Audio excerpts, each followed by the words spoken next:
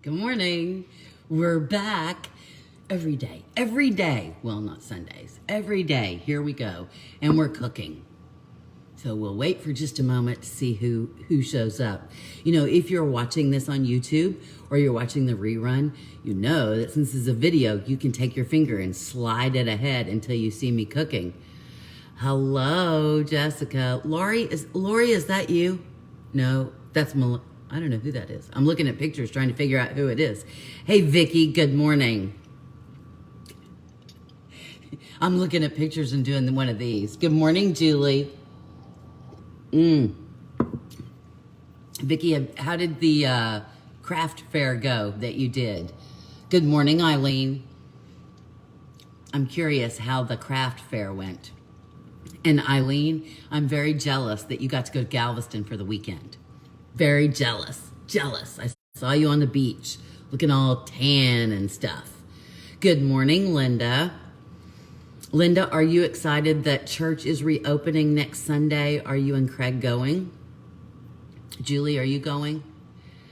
You know I can't go, but I'll still be watching from home. So, good morning, Eileen. So we'll see. I'm curious who's all going. So, Julie, Linda, are you guys going to church? Eileen, I bet you're not because your immune system's like mine. Jamie Lotta, good morning. It's a Enid kind of day. Hey, Joan, good morning. Susan, I'm glad. Okay, because today's recipe really, you know, split is an apropos word just because this will cause a major split. But I'm just asking everybody give me just a little credit and say, let me change your mind. Let me change your mind. Lois, good morning. Vicky, it was great. It was a drive-through farmer's market. Went really smoothly and everyone was nice. Awesome. Great, Vicky. I'm glad. Craig has been there every Sunday. I'm not going. Yeah, well, me either. I wonder, I know they said they're limiting the service to 100. So we'll see if 100 people go. Good morning, Barb. Is anybody else's church open or is about to open, and have you been or are you going? I'm just curious. Curious George. Curious Cindy. Good morning, Shirley. Jamie. Hi, Camille. So I did that. We are not yet. 2 reasons. Still in a waiting pattern. I'm sorry. You're recovering. Well, Julie, I pray that you get recovered and that you heal well. I pray that you do. Hello, Britt. Are things better in Houston? I think it depends on who you ask. Our ICU is still full, and we still have patients on another floor. So when you say, is it getting better? I don't know. I don't know how things are going, like in neighborhoods and communities, people who have COVID-19 but are stuck at home versus they're in the hospital versus they're in the ICU. So really, I know about the ICU part because that's where Philip is, and the ICU is still full and we still have people on another floor. So been going for 4 weeks now in Denver. Oh, Barb, well, good. We're having drive-through service outside with masks. That's interesting. Hello, Brenda. Hi, Deanne. Danielle, good morning. Our church has been open a couple weeks now. The coming weekend will be the first week that the kids' church will be back. Yeah, so we're just having like childcare for the little ones up to pre-K. And then if they're over than pre-K, then they have to go to church with their parents. So I was just curious because, you know, I think everybody's doing the best they can. And I think in every church you have people on both sides of the spectrum that are very vocal, very emotional. So you have some people that say we should not open, we should be safe. Other people are like, this is ridiculous, let's open. And then there's a whole lot in the middle that says, okay, well, let's open, but let's be safe about it. So who knows? Good morning, Nancy. We haven't been yet, still staying home watching online. Yeah, I think I will. So sad. We still need to social distance. I know. But, you know, here's the thing. And let me just say this. And, you know, I don't like to talk about the depressing, icky stuff. But when everything shut down and they told everybody to stay home, all the stay-at-home orders was not to make COVID go away or to ensure that people didn't get it. It was just so that the hospitals could ramp up and not be overwhelmed, and they didn't get, a bazillion patients all at one time and then have to make the determination who gets a ventilator and who doesn't. That's really what it is. So, so things are better. Hey, Heather. I keep wanting to say Header. Header Wetter. Hey, Header Wetter. Remember when we had pea soup at that German restaurant in Webster? Yes. So we used to take Heather to the German restaurant, and they would do the chicken dance. And they had split pea soup, which is, yeah. If you've ever had really good split pea soup, there you go. So we are going to do split pea soup, costume-wise. Look at this shirt, the Pink Ladies. It's kind of like a bowling jacket, right? Pink Ladies. Look at that. So I'm gonna do the Pink Ladies today. Pink Ladies. Although they were kind of a gang, weren't they? I'm gonna be the gang in the bowling alley. But anyway, if you've only ever had split pea soup out of a can, let me just tell you, I understand why you don't like split pea soup. It's kind of nasty coming right out of a can. So if that's the only way you've had it, I ask you, please give me a shot. Give this a shot and maybe grease. Yes. Go grease lightning. I could do all the stuff, right? When I was in high school, I used to stand on top of my bed with my hairbrush and I would sing, "Summer lovin' had me a blast." Yeah. Did you do that? Did anybody else sing into your hairbrush? Okay. All right. Well, we're going to get started because we've got lots of stuff to do today. Anybody else can sing. I'd be a good gang leader. Well, Tana, I'm glad you like it because we're making homemade croutons, which are my favorite. Once you make homemade croutons, the stuff you buy at the store is like cardboard. I promise. Like cardboard. I still have some leftover split pea soup in the freezer from the Christmas ham bone. There you go. Get it out today. Oh, I'm so cute. Okay, so normally I do make split pea soup after we've had ham. So after we have ham, we'll either have beans and rice and cornbread or we'll have split pea soup. That being said, we've not had ham, so I don't have a ham bone. The next thing that I do, if I don't have a ham bone, I will buy at the grocery store a ham hock, right? So it's about yay big, and then I'll use that in the soup. Didn't have one of those either. And meat at the store is just kind of iffy today, on days. You just don't know what's there and what's not. So I decided to go with my other favorite, which I always have because I stock it in the freezer, which is bacon. Split pea soup with bacon, because any kind of pork is just a lovely thing. So the first thing we're gonna do, just because I need to get it started, because the vegetables have to soften up. Let me just say, I cooked a pound. Look at the size of this bowl, okay? That is a pound of bacon. So when you read the instructions and you see that it says a pound of bacon and you think, oh, Cindy, that is way too much bacon, look at this. Look at this little bowl, right? This is like a 1 cup bowl, maybe a little more, but that's it. That's all the bacon. So I just diced the bacon up, put it in a skillet, and made it yummy. You want to come here, don't you? Bacon's so good. Bacon is so good. Now, that being said, because I cooked the bacon, I now have bacon yummy-ness, because we don't call this grease or fat, because that would be an insult to the bacon. We must never insult the bacon. So I have bacon yummy-ness in my pan. If you're using a ham hock or a ham, then you want to put a little oil or a little butter to saute your vegetables, but I'm going to use the bacon yummy-ness. I know.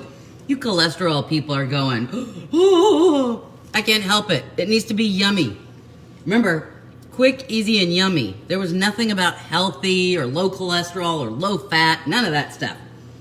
Okay, that being said, we need our mirepoix. Remember that word, our mirepoix. And so we have our oil, grease, bacon, whatever, butter, whatever you're going to use. I use ham steak because you live alone. Oh, that's a good idea. A ham steak. Vicki, that's a great idea. All right, so into our bacon yummy-ness, butter or oil, whatever you're using, 1 onion diced up. See? You want to look at my pretty bowl? I love this one. Look at this. It's the aqua dragonflies. You think that's gorgeous, don't you? I do too. Anyway, 1 onion diced up. In we go. Okay? Then, I did you need either 3 or 4 carrots. It's hard for me to say, hey Bess, good morning. It's hard for me to say exactly how much because I don't know if you have big old wampum carrots or you have little bitty tiny carrots. And I really don't like recipes that say, 1 cup of carrots. So, that being said, if they're about a medium-sized carrot, use 3 or 4 carrots. There you go. See, same size bowl. All these are the same size bowl, you'll notice. So that held like a medium onion, and there we go. 3 or 4 carrots, and I diced them up. Why did I dice them up? You don't have to, but the smaller that you cook them, the faster that they'll soften up, and we're gonna use an immersion blender, so I need them to soften fairly quickly because, again, I'm lazy and I don't want to stand here over the veggies. You can go, whoa, whoa, whoa, whoa, whoa, really quickly. Or if you have a handy chopper or one of those ka-chung, ka-chung, ka-chung. I always hated those because my hand always hurt. Did anybody have a handy chopper? Did you have one of those? It was a little doodah, had the plastic on the bottom and then the little metal cutters that were like ziggy-zaggy. And then it looked like a pogo stick on the top. And you went ka-chung, ka-chung, ka-chung, ka-chung, and it was supposed to, the commercials made it look, good morning, Donna, I'm glad you're here. Commercials made it make, so we make salsa in 2 seconds. Ka-chung, ka-chung, ka-chung. That never worked. Okay, same thing with the celery, 3 or 4 stalks, and you can see I cut it up really fine, okay? 3 or 4 stalks of celery in. So there's our mirepoix, right? We're also gonna need some garlic. Let me give this a toss, hold on. Let me give this a toss. And we're gonna need a little salt and pepper in there. Why?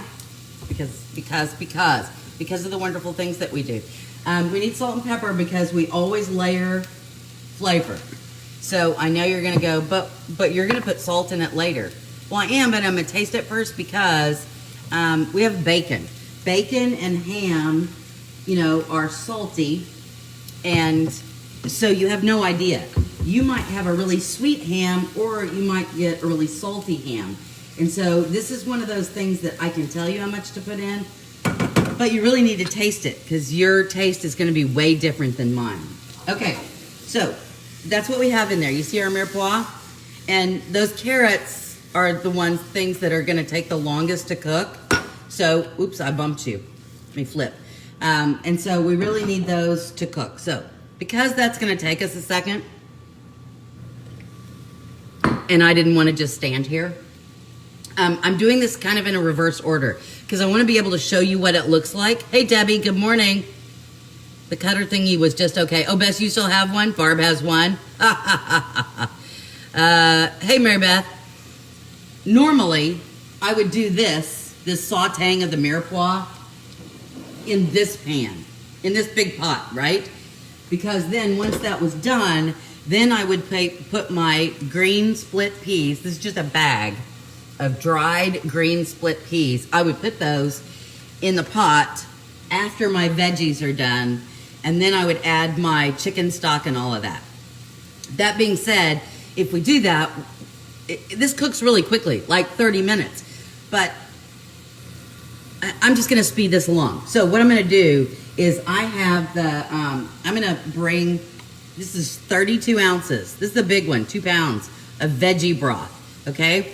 You use chicken stock, veggie stock. Don't use beef stock. If you think this is, if you don't have this much, use half water and, whatever you have. Because, you gotta do what you do. You got bouillon cubes, stick those in there, right?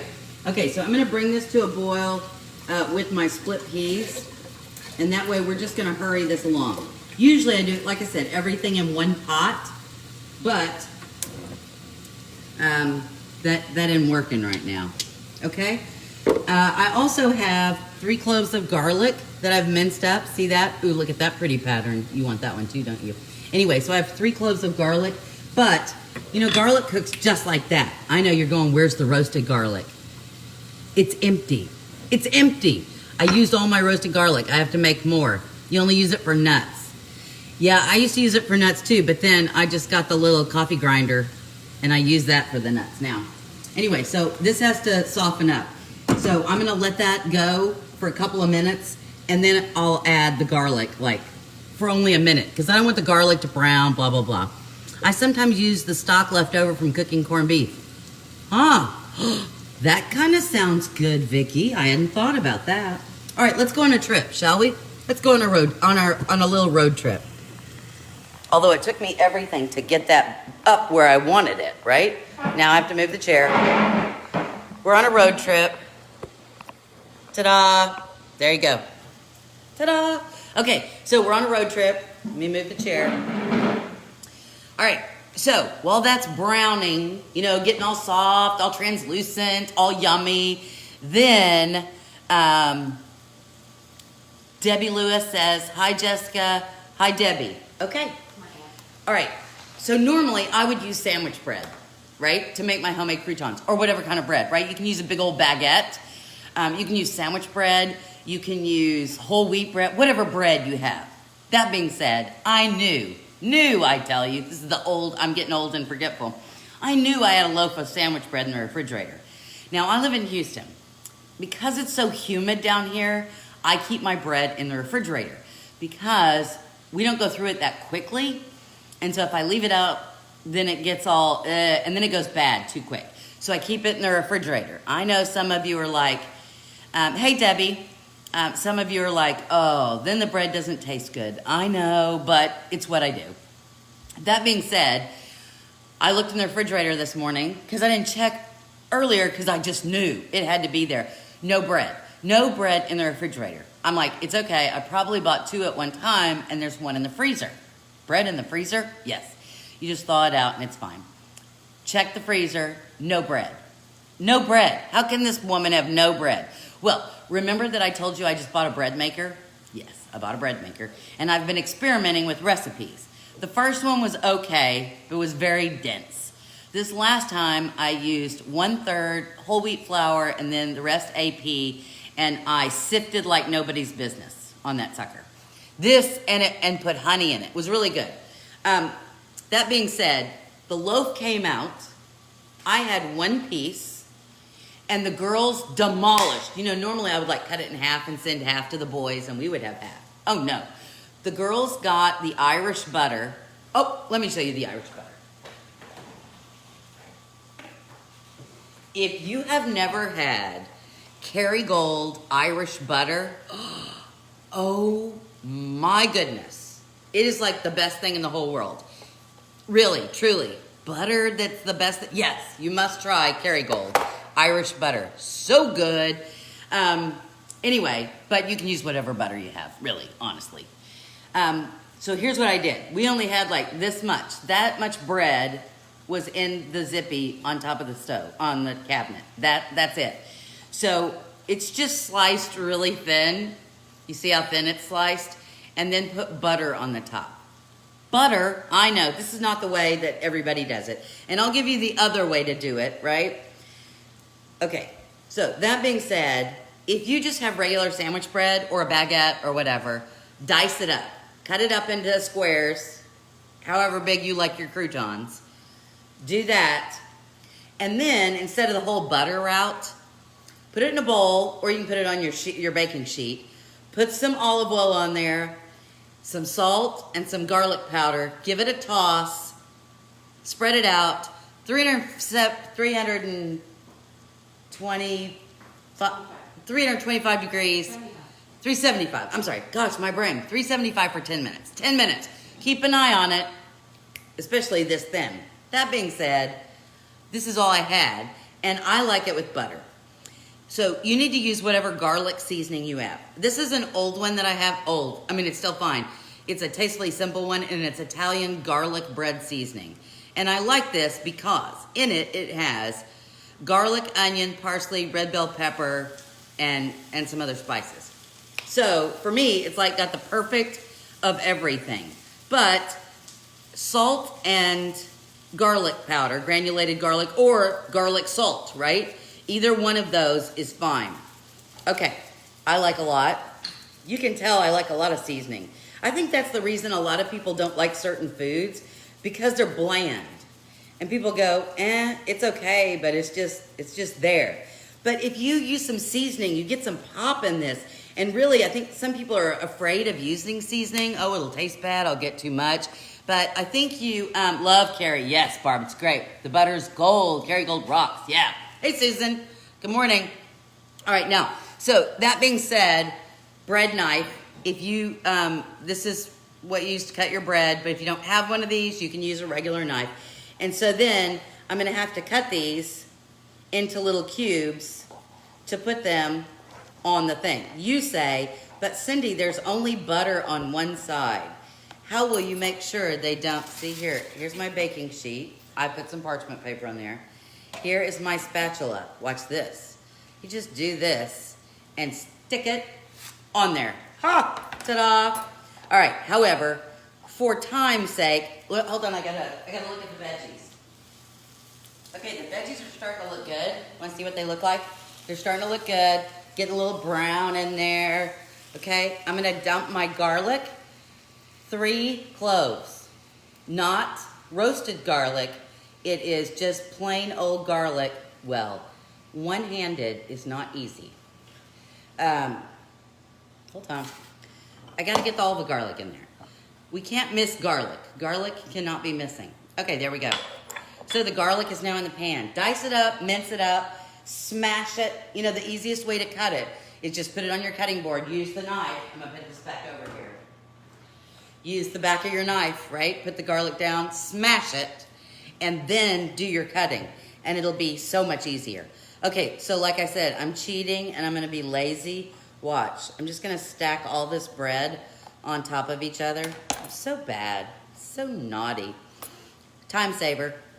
1, 2, 3. Oh, I got some of that horrible butter on my fingers.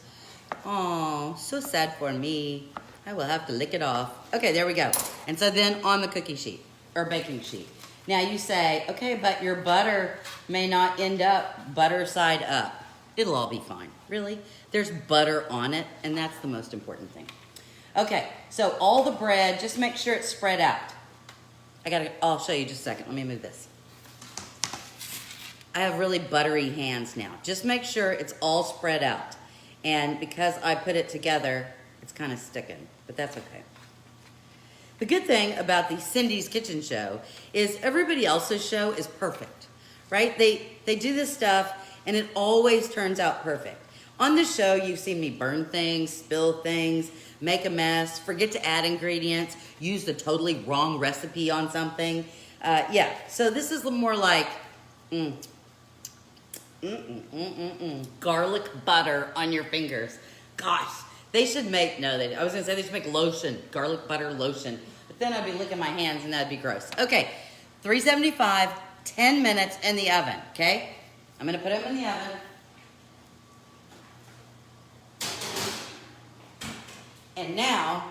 And now we go back. And we're moving. See, this was gonna be one of those shows. It's hard when I do stuff on the stovetop because I want you to be able to see everything, but the lighting is kind of cruddy over here, and then, you know, I don't have an oven on the center island, and so it's not like I can do something and put a camera overhead like some of those famous chefs do. Okay, so there we go. Our veggies are softening. They're good, all good. So now normally, what would I do right now? Normally, right now, because those are all good, I would now put in this is a 12-ounce, 16-ounce package. So it's a pound. I would put in my dried split peas, okay? That's what I would do. Into my big pot with all my vegetables, and then I would add my stock. But for time's sake, we've already put the stock and the split peas in this big one, so now I'm gonna dump my veggies in there. Ready? Hello, veggies. I gotta turn this one off. Hello, veggies. Make sure you get, oh, Cindy, you used all the bacon goodness in there? Why, yes, I used all the bacon goodness in there. Okay. Now, I'm gonna take this off the fire just a second because now we need, I'm gonna use one more spice. We did the salt and the pepper, and I don't wanna put any more salt in until whoa, you almost fell. Don't fall, please don't fall. Stay still, be good. I have you sitting on a 10 of baking powder. How funny is that? Have you ever sat on baking powder before? Well, you are now. I'm gonna put in a little smoked paprika just because I think it's lovely. And so how much? Oh, you know, maybe half a teaspoon. Although that's not half a teaspoon. Maybe, yeah. I just love the smell. Smell that. It's so good. Smell that. Isn't that awesome? You want some of that. You're definitely the best show to watch. Well, I appreciate it. Okay, so now we're gonna stir. Oh, yum. Okay. That being said, it's time for the machine that makes the bad noise. I really think, remember I told you we got this as a wedding present? It's made by Westinghouse, I think. It's an immersion blender. We got this as a wedding present 23 years ago. It makes a horrible noise when it starts up. I think it's time for me to buy another one. What do you think? You think I should buy another one? Wait till I turn it on and you hear the awful thing, and then you'll go buy another one. Ready? Ooh, ooh, isn't that awful? Okay, a little better. We're gonna stick our immersion blender in there. I took it off the stove because, you know, heat. If you don't have an immersion blender, you certainly can put this in a blender or a food processor. But I'm gonna tell you, this might be for soups and things like that. This might be one of the things you wanna invest in. Just because I think it's very dangerous to use this hot liquid and tote it to a blender, right? Or move it back and forth. And I'm so short, I'm always having to stand on my toes to get in the blender to begin with. So I don't wanna do that. You ready? Here we go. My friend Joanne is not here. I'm missing my friend Joanne. Okay, ready? In. Remember, don't turn it on and then stick it in or stuff will go flying, which I've done that before too. So immersion blender goes in and then we turn it on. Now, I kind of do a back and forth method. Back and forth. You can go around in circles, clockwise, counterclockwise, back and forth. You can do the up and down a little bit, but you just got to be careful not to come up above your liquid line, because if you do that, if you come up above your liquid line, it's going to splatter everywhere. And then my pretty pink lady shirt would be gross. Okay. Now, remember I told you that I brought my peas to a boil in the stock? So I did it a little faster than I should have, and so my peas were already soft. This soup takes about 30 minutes, and really your peas are soft within about the first 15. So that being said, you do all your vegetables first, then you put it in there with the stock and the peas. You bring it to a boil. After about 15 minutes, those peas, because they're split, are soft enough where they'll puree well.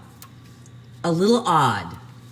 I'm just gonna put in like a tablespoon. That's it, a tablespoon of half and half.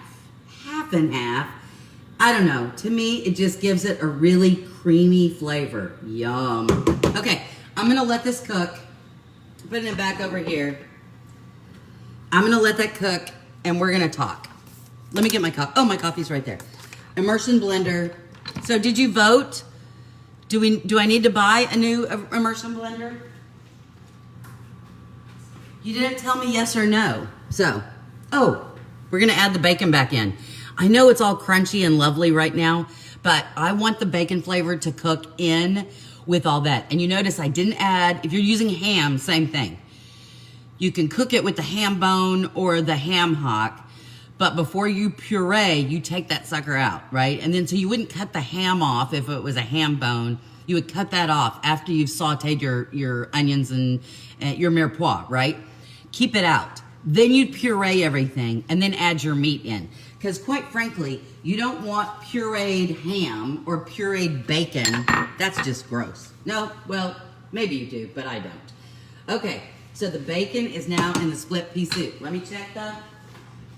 Nope. Hasn't been 10 minutes, obviously. Okay, let's talk, shall we? The history of split pea soup, right? The history of... It sounds like it's supposed to. I know, but it makes a horrible whir. Anyway, in the beginning, I don't know. Your blender sounds the same. Okay. All right, I'll save my money. Won't get a new one yet. Till I turn it on or see smoke. A little late then, right?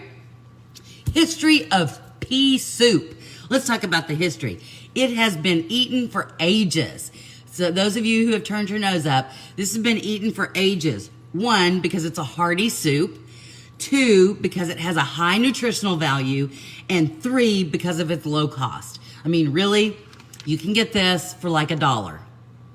Split peas are not expensive, maybe $1.50, but really about $1 for a bag of split peas. And you saw what we put in there: onion, carrot, celery, garlic, and then some kind of meat: ham, bacon, pork, whatever you got, right? Okay, so very low cost. The soup is made obviously from dried peas, but some people don't eat the green. This is green split peas. They have different colors, so you certainly could use things that are different colors. It won't be green pea soup. Peas are the one veggie I can't do. I know, but Heather, give me a shot. Just give me a chance. I'm just thinking maybe. In Britain, peas, P-E-A-S-E, is used as a singular or a plural form of pea. So like when do you ever say, do you have a pea, right? Well, not do you have to go pee. No, sorry. Anyway, you say a can of peas, or what vegetables for dinner? Peas. What did you put in the soup? Peas, right? So you always say, but even if, I can't imagine why you would use pea in the singular form, because it's even 2 peas in a pod. It's not 1 pea in a pod, right? I know, I'm goofy. You are cheap, Cindy. If it works, don't replace it. I know. If you're on the fence, try yellow split peas.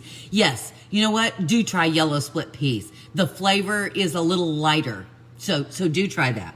Okay, so that being said, they say peas, P-E-A-S-E, for everything.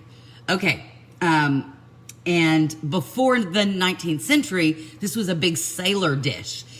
Because they could put the dried peas on the boat, and they could take salted pork with them. And this was a very nutritional, low-cost meal that they could take on board ship without having something. You've never seen a lone pea. I know.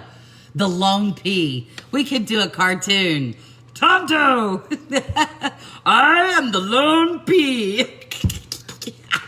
Anyway, okay. In Canada, split pea soup is made with the yellow peas, and it's very popular nationwide. In Germany, they make it with bacon, sausage, or smoked pork, and it's served with a dark rye bread. So that may be something you want to try.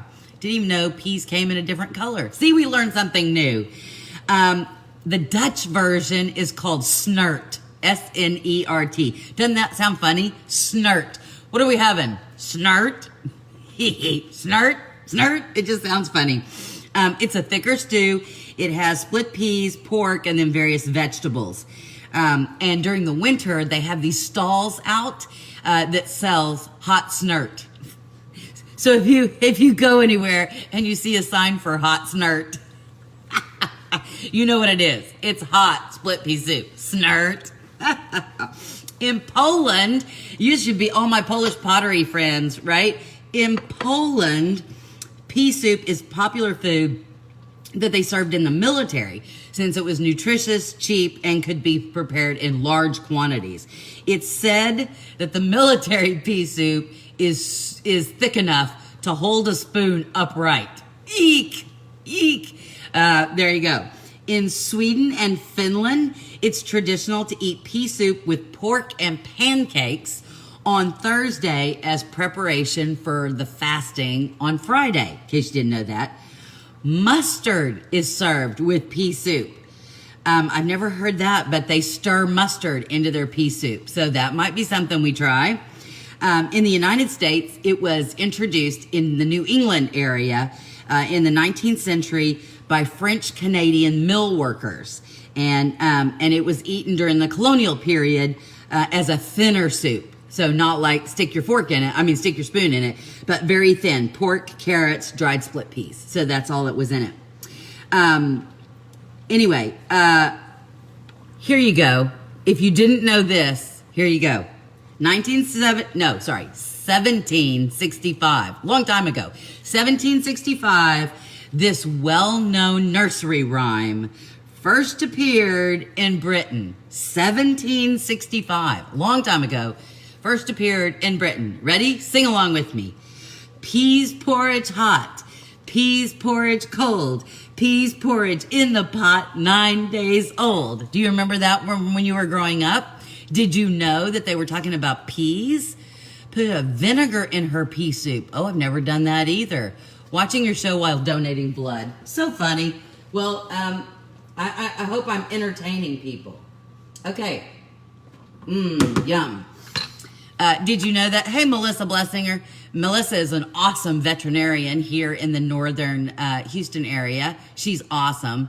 You remember. So anyway, actually, I think when I was growing up and I said that peas porridge hot, I don't know that I was thinking about green peas.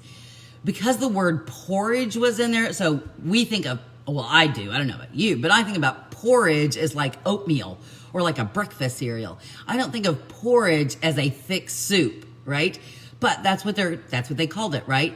So peas, P-E-A-S-E, peas porridge, everybody's like, I see you, Jessica. So peas porridge, they're actually talking about split pea soup, very thick. I don't do peas, but I'll do lentils. Bess, you could use lentils to make this same recipe. That is correct. I'll see if I have any lentils in the pantry so you can see them. Okay, we are good. Now, there is sometimes a foam that I'm going to take you but be careful. Let's see if you can see. Do you see the foam on the top of the soup? You can take a spoon and skim that off. I never do. Okay, I'm gonna turn it down to low and we're gonna walk over here. Walking over here, our croutons should be done. I'm gonna get the croutons. Oops. And you know what I think I'm gonna get? Can you stay there just 1 second? Look at this yummy thing of Kerrygold butter and I'll be right back. Hold on. I'm gonna look and see if I have lentils. I thought I used to have a big thing of them back here. But maybe I don't anymore. Lentils, where are you? No, I think I do not have them in, oh, wait. No.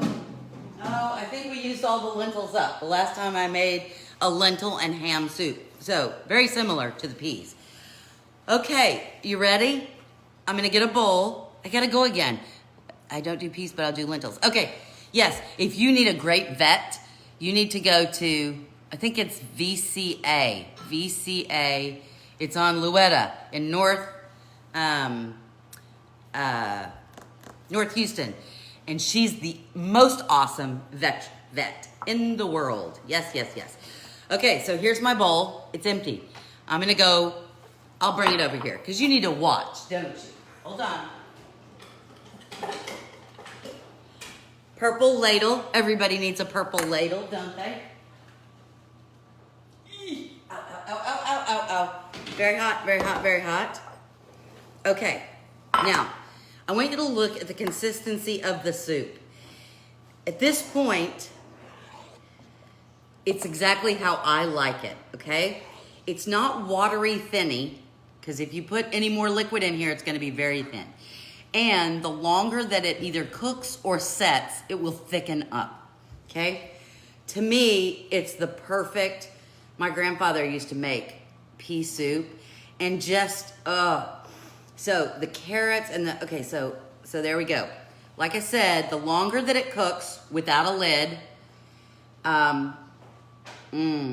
yum. And if it sets up, it'll get thickened. Put it in the refrigerator and you want to have it for lunch the next day. You have to try this. It's very easy, Rick. Very easy. Rick, we also have to say thank you, Rick. Rick works in the ICU with my husband. And so, Rick, good to see you. Thank you for your service in the ICU. We love you. Mwah. Anyway, so split pea soup. If you put it in the refrigerator, right? So you had it or whatever, and then you want to have it for lunch the next day, and you look in your, you look in your little container, and it looks like the stuff that came out of the can. Ugh, that stuff is gross. Don't eat the stuff in the can. This is so easy. I mean, really, you saw how easy it is.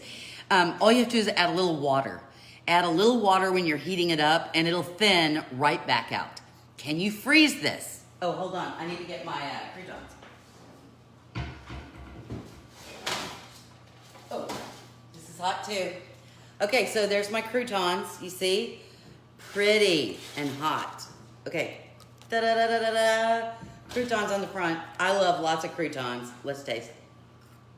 Mmm. Mmm. I promise you that you will not want to eat store-bought croutons ever again. Because really, how hard of it? No Polish pottery ladle? I don't. Lisa, I grew up with Philip and went to MSU with them, Midwestern State University. You two are definitely two peas in a pod. A sense of humor galore. My husband is a funny guy. My husband is doing good. He's tired. You know, he was in the ICU all day yesterday. He's in the clinic all day today seeing clinic patients. And then he's in the ICU Wednesday, Thursday, and Friday. So, kind of yucky. He's just tired. You know, it's overwhelming. Okay, I need a spoon because I got to taste. Oh. If you leave the croutons in here. So here's the way you can eat it. You have to decide if you're a quick eater or the soggy eater. Hey, will you bring me a spoon, sweetie? A spoon. If you're a quick eater, because you want crunchy croutons, you gotta go to town. You gotta let your soup cool just a little bit so that you can get the crunch. Or if you're like me, I kind of like them mushy. I kind of like, you know, when they've sat in the soup for a little bit. Oh my gosh. Okay. That's what my spoonful looks like. Yum. Hold on. You want this, I know. Look at the steam coming off. Can you see the steam? I'm gonna burn my mouth.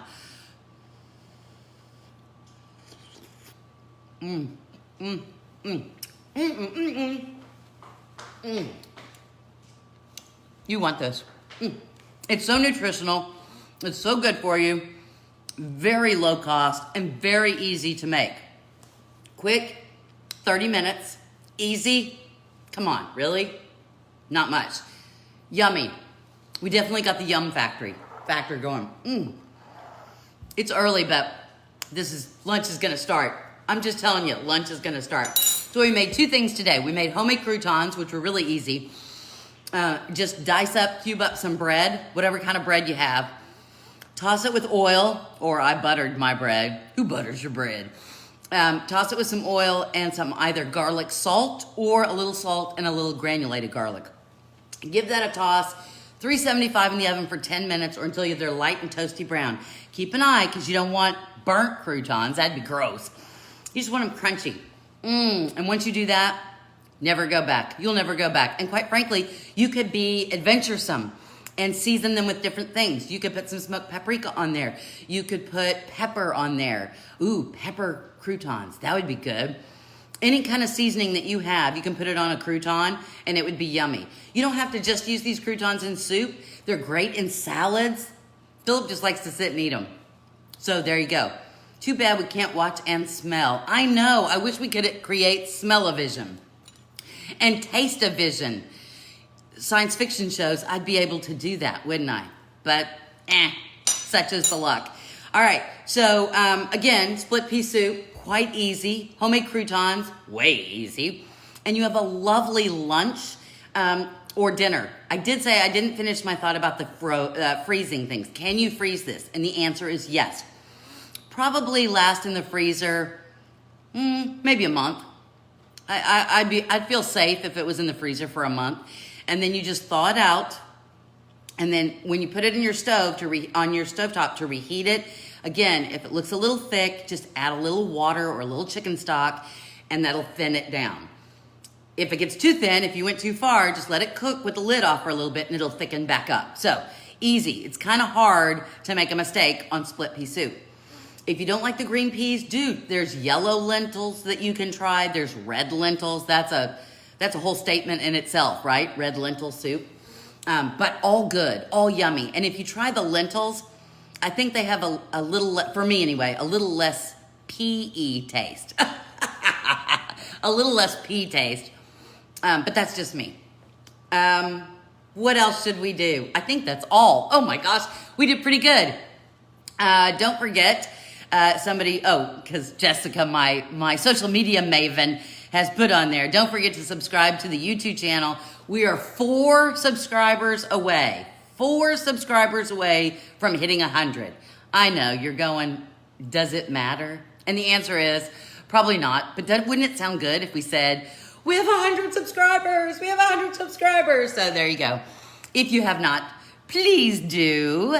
And so from Cindy's kitchen, from my kitchen to your kitchen, I hope you have a lovely day, that your kitchen is filled with the smells and the taste and the yumminess of homemade split pea soup and homemade croutons. Love you guys. Have a great day. Oh, and now my Sherilyn's here. I missed you, Sherilyn. Have a great day. Bye.